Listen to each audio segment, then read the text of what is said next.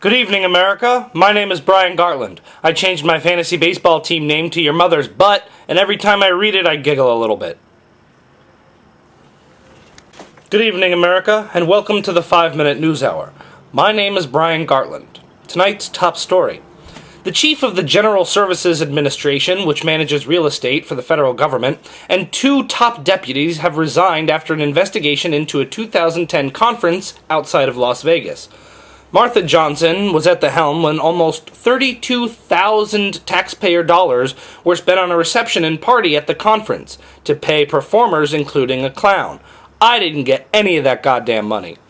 News that the watchdogs of the real estate market, shit the bed at any point of the last 10 years, shocked 3 people who just came out of comas and suffered serious brain damage.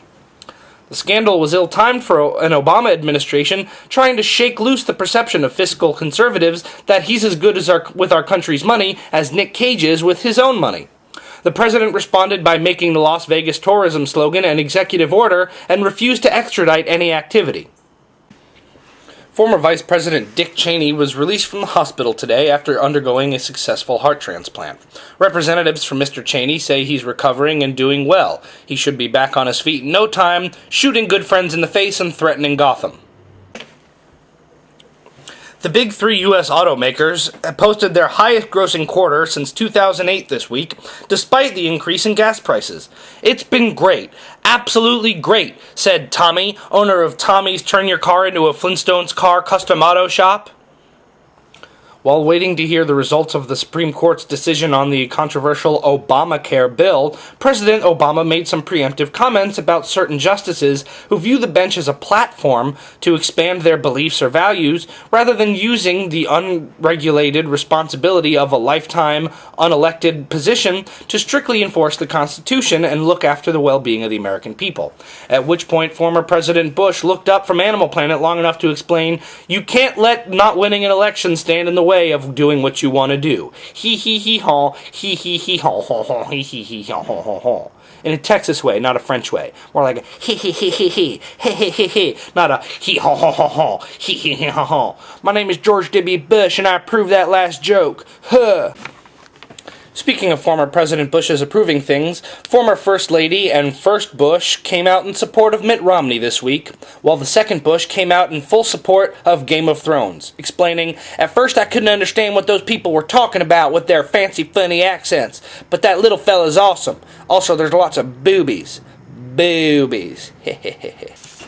Washington, D.C. will have its Republican primary tonight, and few of the Republicans, if any, have spent any time campaigning in the nation's capital.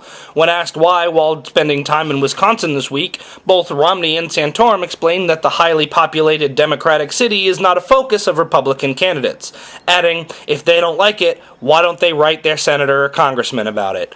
A-boom! Dozens were arrested and 1 person shot in Lexington, Kentucky yesterday after the result of the NCAA basketball championship. The Kentucky Wildcats won, beating the Kansas Jayhawks, bringing off the reaction in Lexington. Ashley Judd apologized, said she gets a little bourbon wild after a couple of drinks, and said if motherfuckers don't want to get shot, then maybe they shouldn't talk shit about double jeopardy right to her face. Kansas fans reacted to the disappointment by getting really angry and then punching the side of their state so hard that they accidentally put a hole through into Colorado. Now for some entertainment news. Community creator Dan Harmon and comic legend Chevy Chase are in a fight after the 2 traded barbs and F-bombs at the wrap of the season 3 of the NBC sitcom. Chase said he may be done on the show and told reporters, "Just wait. In another 15 years I'll do something else funny, and then you'll all see. You'll all see," before going off and filming a really bad movie. No word yet on if Bill Murray will replace Chase on the sitcom and become even more successful, but if that does happen, I will literally shit my pants. That would be awesome. And our final story tonight, an 80-year-old woman was flying in a twin-engine plane piloted by her husband when he lost consciousness. The woman landed the plane with the help of a pilot who flew alongside after she called into air control. The husband was pronounced dead on the ground, but first responders don't think the woman will have too much trouble picking up men afterwards. Said one fireman, "She just landed the goddamn plane. I'd hit that. At which point Sully Sullenberger called up and said, "Back off, Fireboy! I get first dibs on all air hotties." For all of me here at the 5-Minute News Hour, I'd like to thank you, but I'm not going to. Have a good night and a great night.